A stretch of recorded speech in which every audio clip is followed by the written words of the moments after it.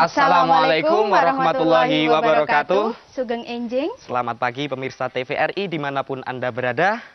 Di pagi yang cerah ini, saya Jong Salam dan rekan saya, Duk Meli, akan menyajikan beberapa informasi tentunya hanya di acara kesayangan kita, yaitu Pelangi Nusantara. Kabupaten Tuban dikenal sebagai kota seribu goa atau juga dikenal sebagai Bumi Wali.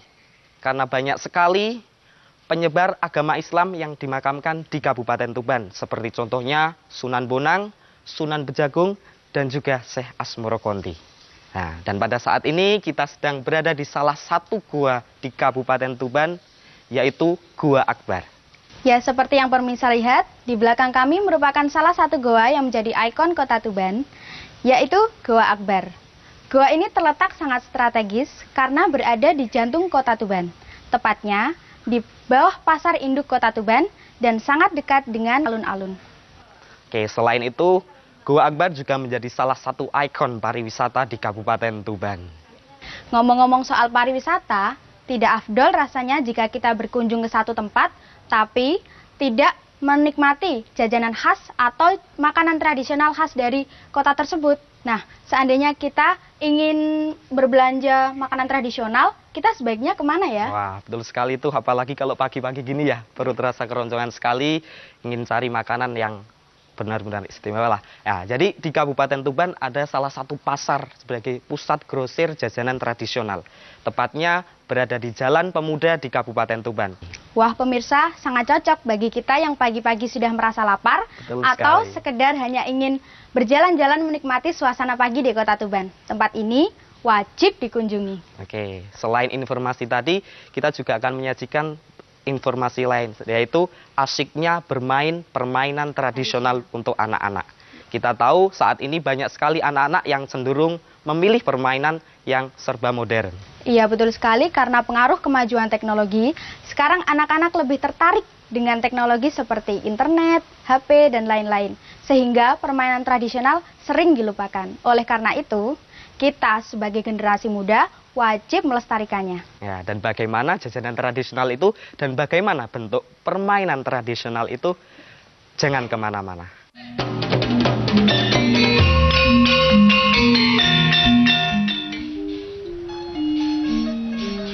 Kalau kita mendengar kata pasar, kita akan berkomentar, itu di mana-mana juga ada.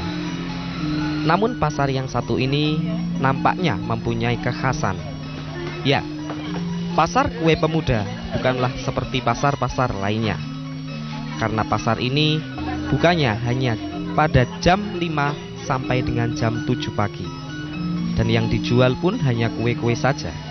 Jadi jangan berharap Anda akan memperoleh sayuran atau barang-barang selain kue di pasar ini. Setelah sholat subuh ya semua pada sini, lalu terus bubar jam 7. Nanti kalau jam 6 banyak pembeli, penjual, bakul, semua tumplek-blek di sini semua. Oh, saya ya alhamdulillah kan wayahe rame gini ya kita dapat uang ya 1 juta lebih lah. Nanti dibuat pulak-pulakan lagi. Beraneka macam kue yang dijual di pasar ini mulai dari kue tradisional seperti serabi sampai roti. Pasar Kue Pemuda yang bertempat di sepanjang Jalan Pemuda Tuban ini merupakan pusat perkulakan kue di kota Tuban. Para penjual kue eceran sangat senang kulakan di Pasar Kue Pemuda ini. Di samping harganya murah, sehingga mereka dapat untung yang lumayan. Di pasar ini, kue-kue masih baru dibuat atau masih fresh, sehingga tidaklah heran kalau setiap pagi Pasar Kue Pemuda ini selalu ramai oleh pembeli. Saya biasanya ya belinya di sini, bisa perbelanjaan kue ini lah. Kue ya. Yang pertama di sini baru kita makanannya kan kuenya baru semua. Kemudian yang kedua lebih murah daripada di tempat lain. Bila kita membeli kue di pasar kue ini, kita tidak akan bisa menipu dengan mengaku sebagai penjual kue eceran agar memperoleh harga penjual eceran. Karena rata-rata para penjual grosir sudah hafal para pembelinya.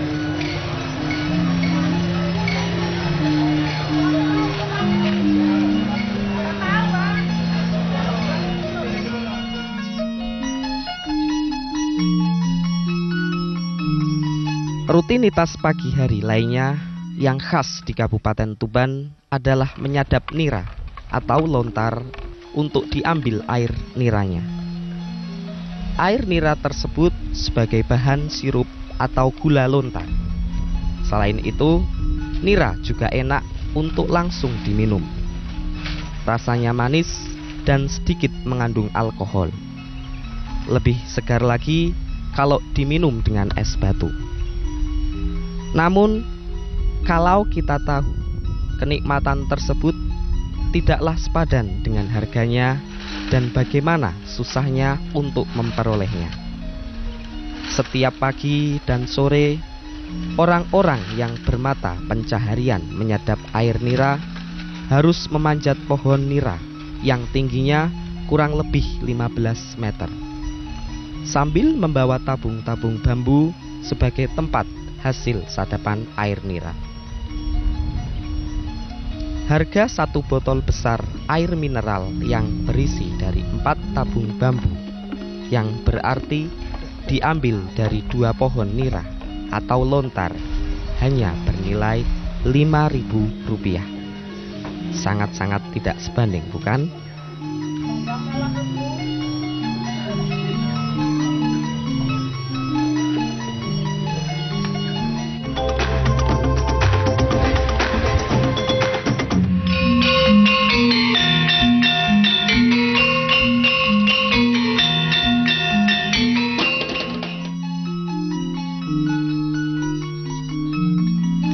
Permainan Sunda Manda.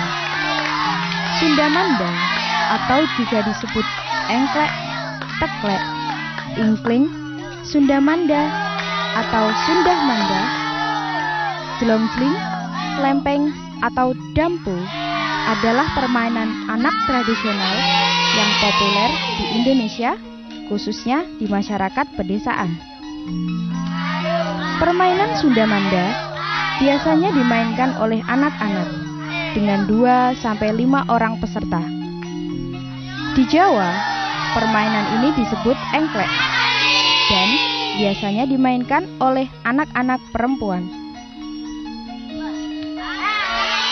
Cara bermainnya adalah peserta permainan ini melompat menggunakan satu kaki di setiap petak-petak yang telah digambar sebelumnya di tanah.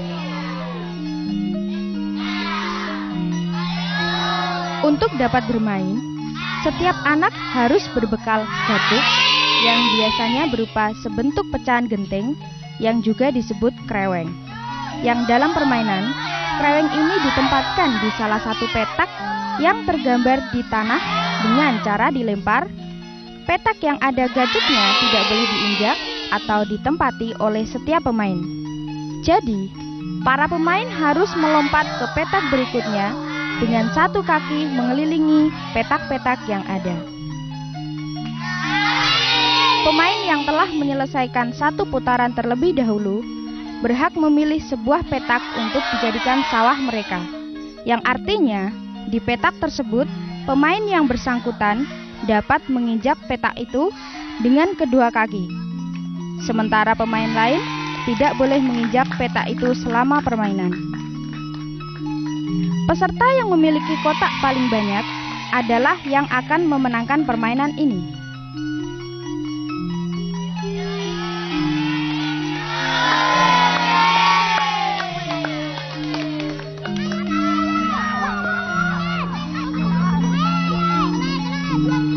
Permainan bentengan. Bentengan adalah permainan yang dimainkan oleh 2 grup, masing-masing terdiri dari 4-8 orang. Masing-masing grup memilih suatu tempat sebagai markas, biasanya sebuah tiang, batu, atau pilar sebagai benteng. Tujuan utama permainan ini adalah untuk menyerang dan mengambil alih benteng lawan dengan menyentuh tiang atau pilar yang telah dipilih oleh lawan dan meneriakkan kata benteng. Kemenangan juga bisa diraih dengan menawan seluruh anggota lawan dengan menyentuh tubuh mereka.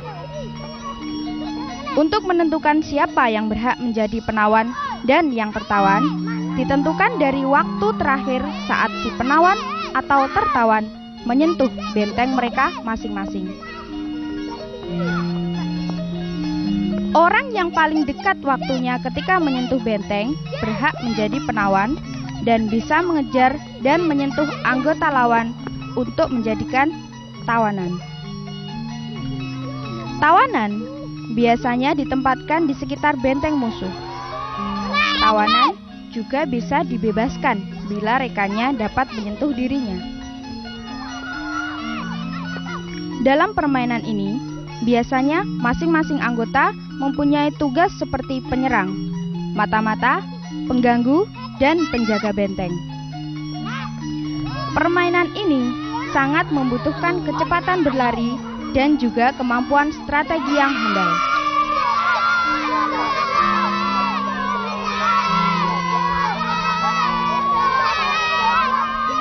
Permainan Gobak Boy.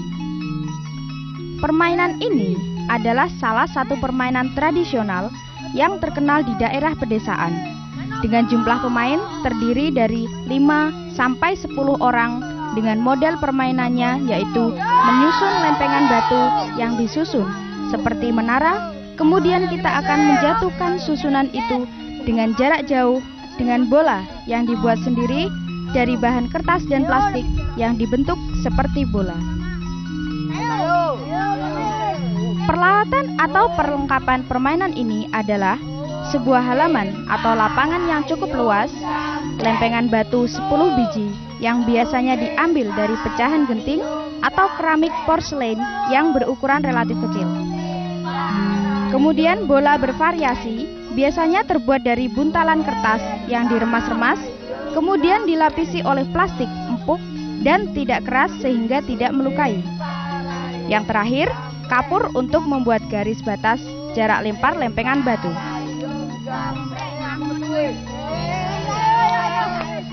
Jalannya permainan ini yaitu menyusun pecahan genteng, anak melakukan home pimpa yang menang menjadi pelempar nomor 1, demikian seterusnya. Yang paling akhir kalah, home pimpa sebagai penjaga tumpukan kreweng.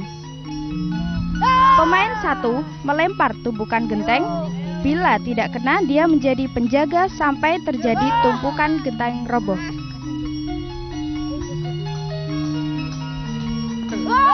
Setelah roboh, anak yang tidak jaga cepat lari berhamburan.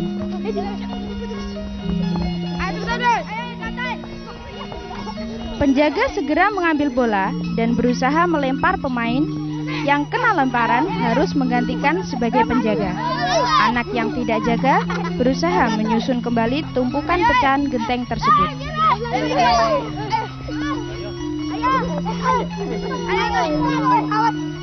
Anak yang jaga akan menghalangi proses pengaturan ulang tumpukan kreweng dengan melempar mereka dengan bola. Bila batu berhasil disusun, maka permainan selesai.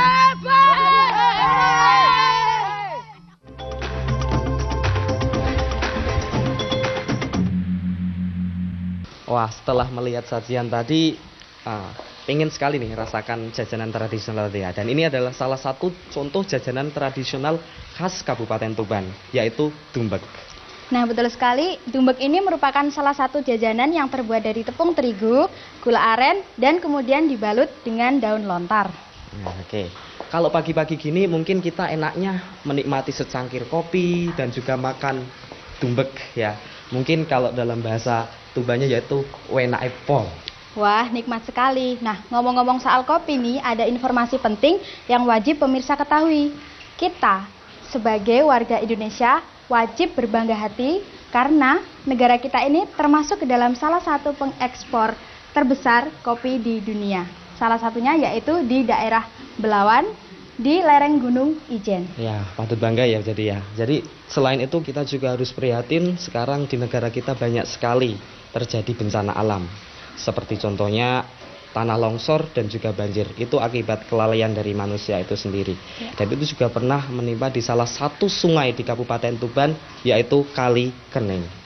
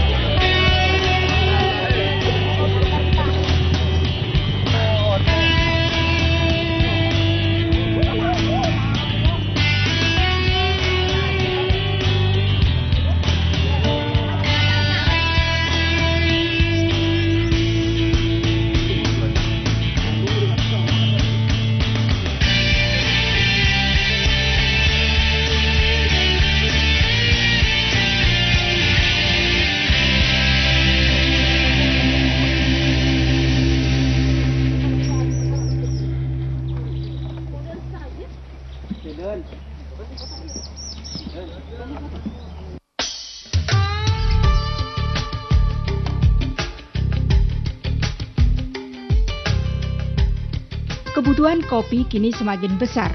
Bagaimana tidak? Karena kopi sudah dikenal masyarakat sejak lama. Bahkan kini minum kopi semakin menjadi gaya hidup karena dirasakan memberi kenikmatan tersendiri bagi kalangan penikmat kopi.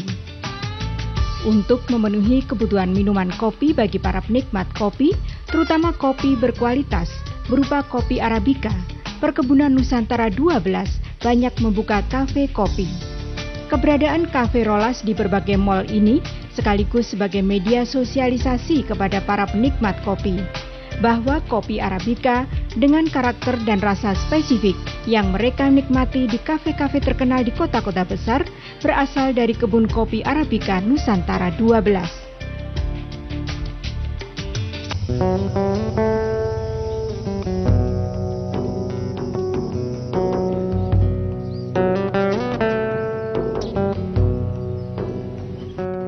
Kopi Arabica yang dikenal dunia dengan sebutan Java Arabica atau Java Coffee berasal dari kebun kopi Nusantara 12 di lereng Gunung Ijen Kabupaten Bondowoso dengan ketinggian antara 800 hingga 1.400 meter dari permukaan laut.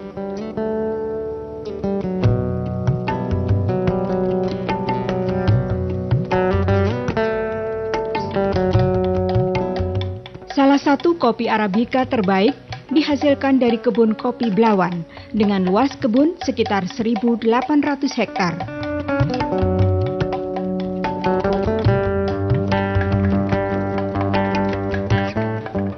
Selain di Blawan, tanaman kopi Arabica Nusantara 12 di lereng Gunung Ijen ini ada di kebun Kalisat, Jampit, Pancur, dan Kayu Mas, seluruhnya sekitar 5.000 hektar.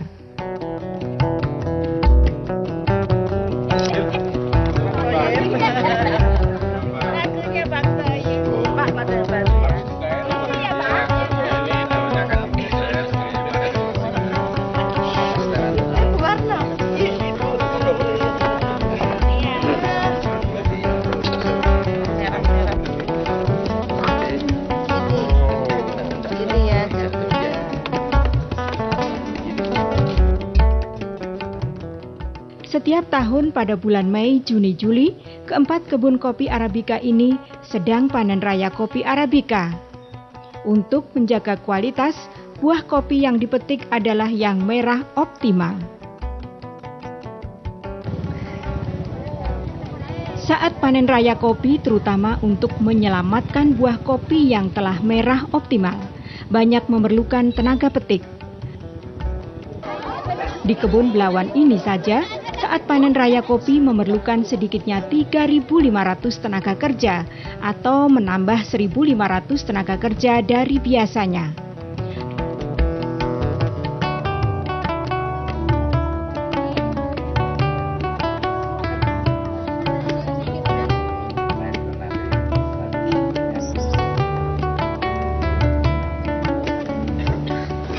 Perhatian.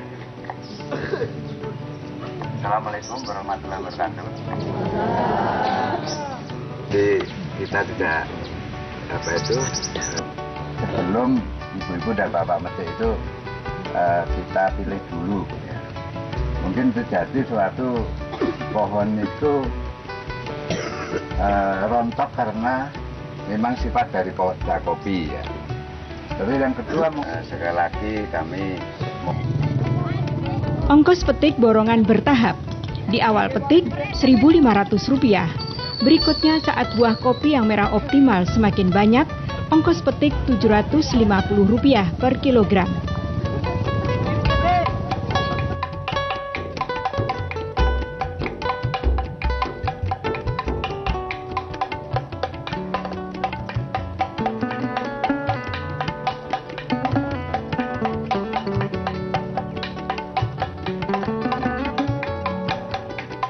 Pendapatan setiap pemetik kopi saat panen raya ini rata-rata Rp50.000 hingga Rp75.000 per hari.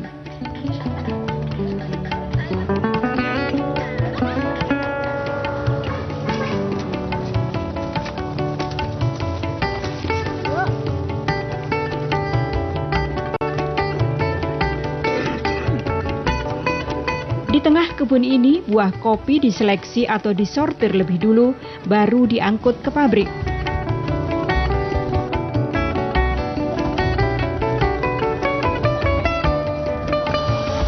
Pada bulan Juli ini merupakan panen puncak, ya, puncak yang pagi ini ya kita melakukan suatu pemetikan kopi, ya. Yang kita lihat ini proses dari teknis pemetikan, ya. Sebelum kita petik, kita melakukan suatu pemasangan beberan, ya, beberan agar kopi yang jatuh itu bisa terambil, ya. Setelah itu baru kita melakukan suatu pemetikan kopi. Kopi yang kita petik itu yang kopi-kopi yang merah optimal, ya. Kopi Arabica itu mempunyai sifat benol bearing, Pak. Jadi tahun ini lebat, tahun depan masih kurang, ya. Dan saat ini memang tahun on-nya kopi, Pak. Jadi target kami untuk kebun Belawan ini 1.300 ton, Pak, kopi pasar, ya, yang harus kami selamatkan, ya. Tahun sebelumnya memang turun, ya, karena faktor cuaca, ya, karena hujan hampir setahun, ya, hingga mempengaruhi terhadap proses pembungaan.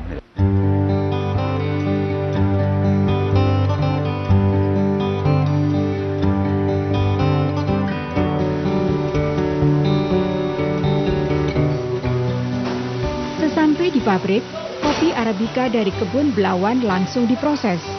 Saat proses awal ini, buah kopi yang tidak bagus atau tidak berisi akan terbuang, sedang yang bagus terkupas kulit luarnya. Proses ini rata-rata mencapai 200 ton kopi Arabica per hari. Tahun ini dari keempat kebun kopi Arabica di lereng Gunung Ijen Bondowoso, Jawa Timur ini diperkirakan menghasilkan sedikitnya 3.000 ton kopi Arabica. Setelah kopi dikupas kulit luarnya, lalu direndam di bak-bak fermentasi untuk membersihkan lendir kopi, baru kemudian ditiriskan.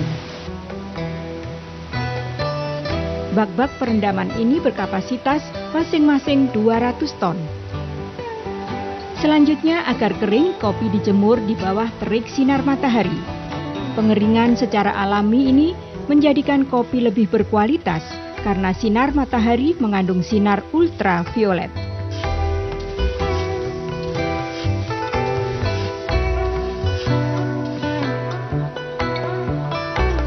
Agar kering merata, setiap jam kopi dibalik.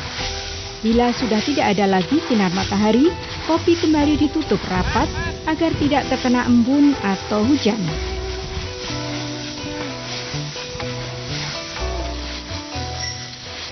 Kopi Arabica yang kita kelola oleh PT PN 12 ini mutu dan kualitasnya ekspor quality yang 90% kita ekspor ke Amerika, Timur Tengah, juga Eropa.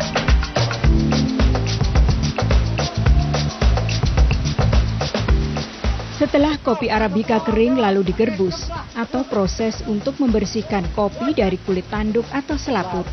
Selanjutnya disortasi berdasarkan mutu kopi.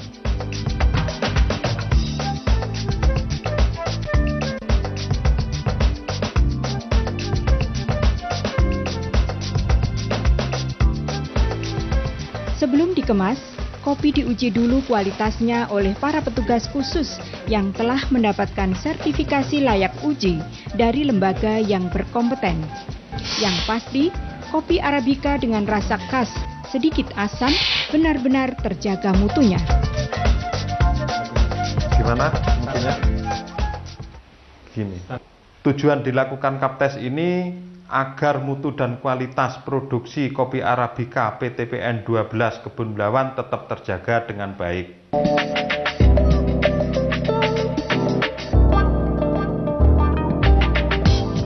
Kopi Arabica dari lereng Gunung Ijen, diantaranya dari Kebun Belawan ini, memiliki berbagai mutu premium. Bahkan kopi luwak Arabica, mutunya super premium. Di tengah ketatnya persaingan pasar kopi dunia, kopi Arabica lereng Gunung Ijen Bondowoso atau Java Arabica ini tidak kalah dengan kopi asal Brasil dan Vietnam. Karenanya, kebun kopi Arabica Nusantara 12, khususnya kebun Belawan, kewalahan memenuhi permintaan kopi Arabica untuk Eropa dan Amerika. Padahal dari produksi kopi Arabica Ijen yang tahun ini sekitar 3.000 ton, 85 hingga 90% diekspor. Harga kopi Arabica kualitas A di pasar dunia saat ini mencapai $8,4 Amerika per kilogram. Kopi Arabica lereng Gunung Ijen dari kebun Belawan, Kalisat, Jampit, Pancur, dan kebun kayu mas, selain dengan harga bursa dunia, juga masih ditambah harga premium. Hal itu karena kopi Arabica dari kebun lereng Gunung Ijen Bondowoso, Jawa Timur ini memiliki rasa kopi yang sangat spesifik dan tergantung selera para penikmat kopi dunia.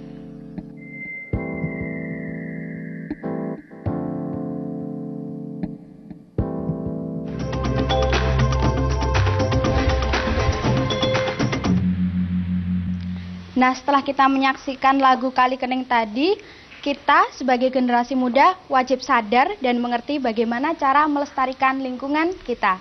Salah satunya adalah dengan cara menggunakan kembali barang-barang yang bisa digunakan, ya. mendaur ulang, dan yang paling penting adalah penghijauan. Oke, betul sekali, dan mungkin juga bisa menggunakan yaitu mengkampanyekan di setiap daerah. Ngomong-ngomong soal daerah nih, ada salah satu daerah di Indonesia, tepatnya di daerah Mojotamping, Kabupaten Mojokerto, lagi digalakkan nih produksi batu bata, yaitu untuk meningkatkan taraf hidup dan juga perekonomian di daerah tersebut. Dan rekan kita Ines akan mengajak kita jalan-jalan di sentra industri batu bata yang ada di daerah tersebut. Namun pemirsa, sebelum itu kita sebagai generasi muda wajib mencintai budaya kita, salah satunya adalah tari. Nah, di Kabupaten Tuban sendiri banyak sekali jenis tari tradisional. Salah satunya adalah tari miangking. Nah, tari miangking adalah menggambarkan wanita perempuan yang ada di pesisir ketika para nelayan pergi melaut atau disebut juga dengan miang. Nah, untuk itu bagaimana pembangunan sentra industri batu bata tersebut dan bagaimana tari miangking itu? Mari kita simak liputannya. Baik, terima kasih. Pemirsa, saat ini saya sedang berada di Desa Mojotamping, Kecamatan Bangsal, Kabupaten Mojokerto, di mana desa ini terkenal dengan pembuatan batu bata merahnya. Dan di desa ini sedang dilaksanakan reforma agraria yang diselenggarakan oleh Badan Pertanahan Nasional. Sebenarnya apa sih hubungan batu bata merah dengan reforma agraria? Ingin tahu seperti apa? Kita simak ya liputannya.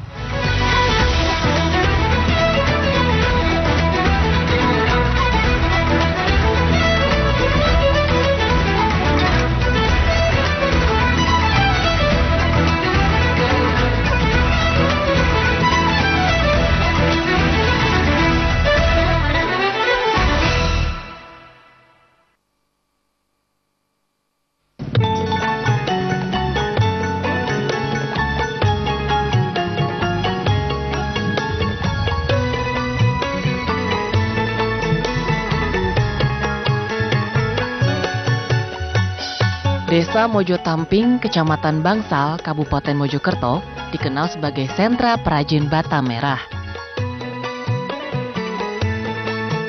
Awalnya tahun 1997,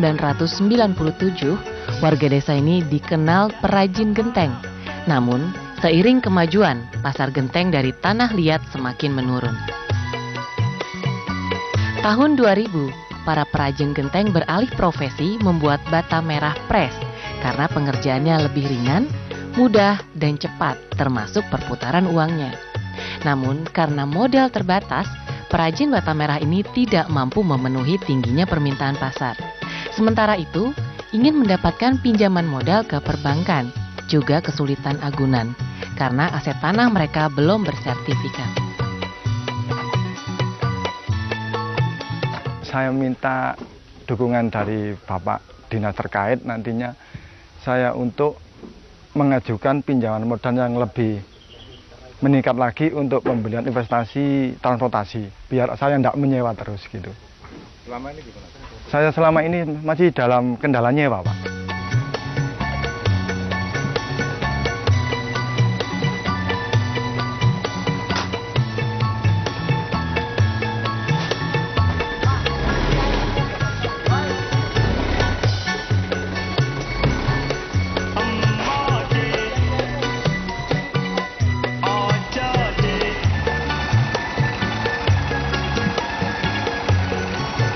Masyarakat khususnya warga desa ini sangat memerlukan sertifikat tanah. Bagaimana tidak? Karena tanah dengan warga ini ada hubungan emosional. Sehingga bila tanah mereka diberikan sertifikat akan memiliki kekuatan hukum. Di samping itu, tanah merupakan faktor produksi yang penting. Karena sertifikat tanah dapat dimanfaatkan sebagai agunan ke perbankan guna meningkatkan usaha dan kesejahteraannya. Untuk itu, para perajin bata merah pres di Desa Mojo Tamping ini antusias ketika mendapat program besar Badan Pertanahan Nasional BPN berupa reforma agraria.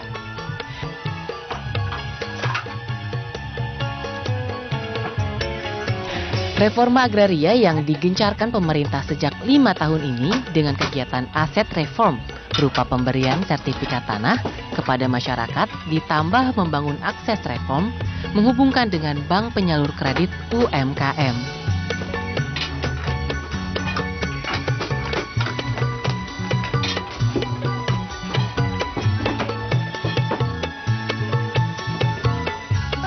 Assalamualaikum warahmatullahi wabarakatuh. Waalaikumsalam warahmatullahi wabarakatuh. Bapak-bapak, hari ini kita dapat bertemu kembali di Desa Mojo Tamping sebagai tindak lanjut pertemuan kita minggu yang lalu di Desa Mojo Tamping, tepatnya di Balai Desa Mojo Tamping, untuk memberikan penjelasan sosialisasi terkait dengan program yaitu akses reform atau pensertifikatan hak atas tanah dan program akses reform atau penyaluran kredit usaha UMKM. Ini suatu bagian daripada kegiatan Badan Pertanahan Nasional yang secara nasional akan ditindaklanjuti ke lembaga ekonomi. Nah, untuk itu, Bapak-bapak, dalam waktu dekat kami segera akan meluncurkan atau BPN akan segera meluncurkan program ini ke desa-desa Bapak. Yang ini tentunya dengan lembaga ekonomi atau bank-bank pemerintah penyalur kredit UMKM. Sehingga penjelasan kami mungkin di situ dulu, dan Bapak-bapak mungkin kalau ada sesuatu yang belum paham bisa disampaikan melalui pertanyaan atau disampaikan kepada kami. Monggo waktu tepat saya berikan. Pak, saya bertanya. Ya, monggo, Pak. Saya warga Dusun Sumber Pandan, pengrajin batu merah pres. Yang kebetulan saya mempunyai hak atas tanah berupa sertifikat hasil dari persertifikatan yang program BPN. Dan saya tanyakan, warga kami secara umum, warga Desa Mojo Tamping Sumber Pandan khususnya, mereka adalah pengrajin kecil yaitu bata merah pres yang mereka butuh penambahan modal. Apakah hak atas tanah yang berupa sertifikat ini bisa untuk menjadi aset penambahan permodalan? Saya mohon yang kedua, apakah BPN bisa membantu warga Mojo Tamping secara umum, Sumber Pandan khususnya, untuk menghubungkan kepada bank UMKM yang artinya supaya warga ini mendapatkan bunga ringan. Yang ketiga, karena masih banyak warga yang belum tersertifikatkan tanahnya, mohon BPN membantu bagaimana semua warga yang belum bisa mendapatkan hak atas tanah sertifikat yang akhirnya bisa menjadi anggunan penambahan modal. Terima kasih. Terima kasih Pak atas pertanyaan Pak Nurkolis.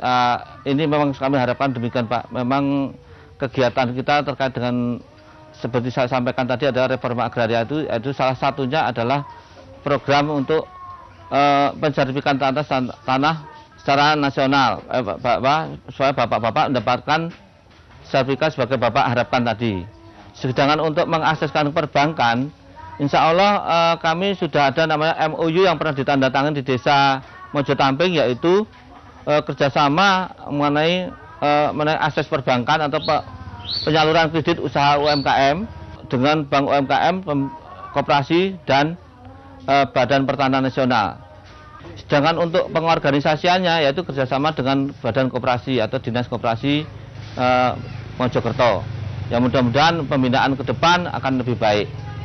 Sedangkan untuk alhamdulillah untuk ke depan untuk tanah-tanah yang belum sertifikat ini akan kami usulkan untuk mendapatkan program-program secara nasional, yaitu baik itu melalui Prona maupun Redis.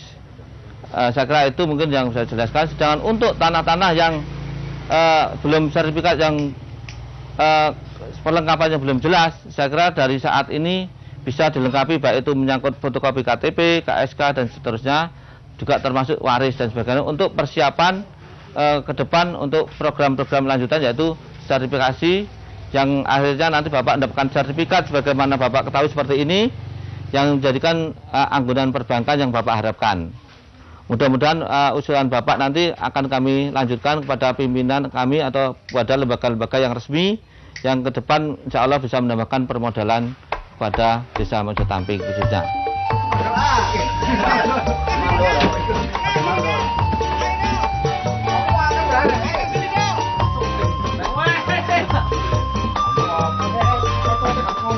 Akses reform bagi masyarakat, terutama pelaku UMKM di Jawa Timur, seperti halnya para perajin bata merah di Kabupaten Mojokerto ini, merupakan tindak lanjut kerjasama BPN Jawa Timur dengan Bank Indonesia dan pemerintah Provinsi Jawa Timur.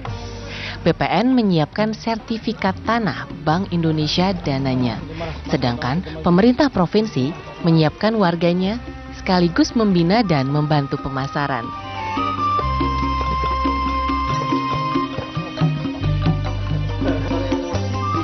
Sertifikat tanah yang selama ini diidamkan masyarakat, khususnya para perajin bata merah di desa ini, akhirnya terwujud. Dalam rangka reforma agraria di Balai Desa Mojo Tamping, Kecamatan Bangsal, Kabupaten Mojokerto, BPN Jawa Timur menyerahkan 297 sertifikat tanah, 125 sertifikat tanah diantaranya untuk warga desa Mojo Tamping. Tahap pertama, 23 perajin bata merah langsung mendapatkan kredit UMKM, seluruhnya 293 juta rupiah, dengan bunga 10% setahun.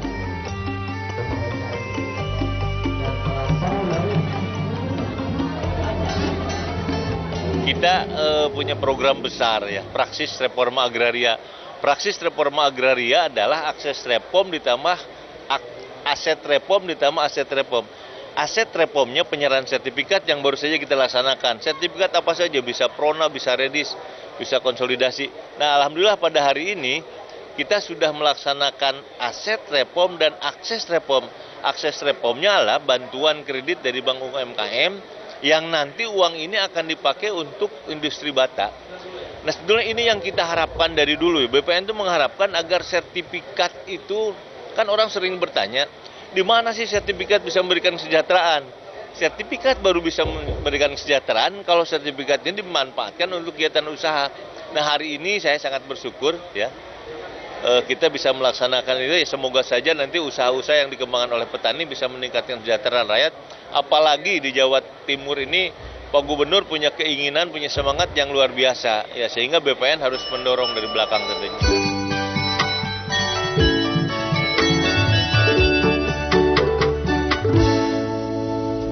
Saat ini dari 1.137 kepala keluarga di Desa Mojo Tamping, Kecamatan Bangsal, Kabupaten Mojokerto, 835 kepala keluarga diantaranya sebagai perajin bata merah pres. Bila setiap kakak memiliki minimal 2 cetakan, satu cetakan rata-rata 1.000 bata, produksi bata merah pres dari desa ini sedikitnya 1.670.000 bata per hari. Penjualan tidak sulit, karena para pemasar dan pembeli bata merah datang sendiri ke sentra ini.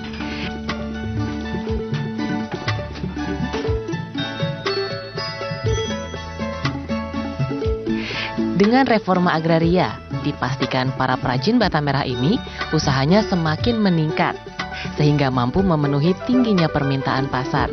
Dengan reforma agraria seperti di Desa Mojo Tamping, Kecamatan Bangsal, Kabupaten Mojokerto ini, niscaya upaya pemerintah meningkatkan kesejahteraan yang berkeadilan bagi seluruh rakyat akan terwujud. Ya pemirsa, demikianlah liputan mengenai reforma agraria di sentra pembuatan batu bata merah di daerah Mojokerto, tepatnya di Desa Mojo Tamping, Kecamatan Bangsal. Saya Nesa Alita beserta kru yang bertugas undur diri dan sampai jumpa.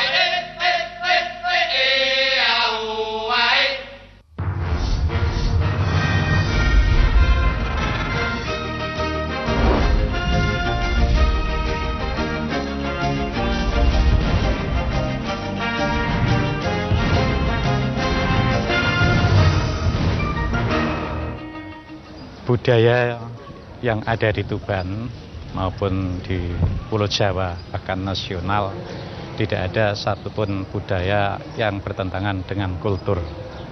Baik itu kultur religi maupun kultur adat istiadat. Karena itu, maka budaya di Tuban kita dorong untuk selalu dilestarikan.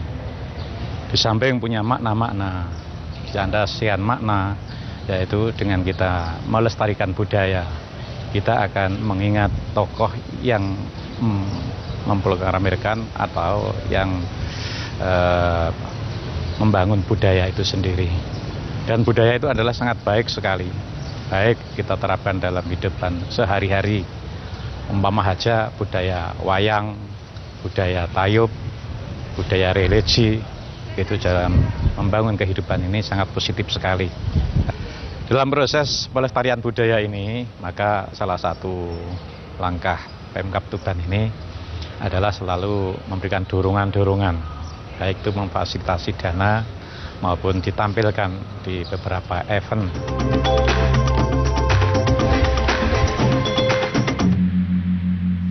Setelah 1 jam, kita menemani Anda dengan berbagai informasi mengenai potensi yang ada di Jawa Timur. Saya, Jong Salam, dan rekan saya, Dok Meli, pamit undur diri. Jangan lupa untuk terus saksikan Pelangi Nusantara setiap hari di televisi kesayangan kita, TVRI. Wassalamualaikum warahmatullahi wabarakatuh.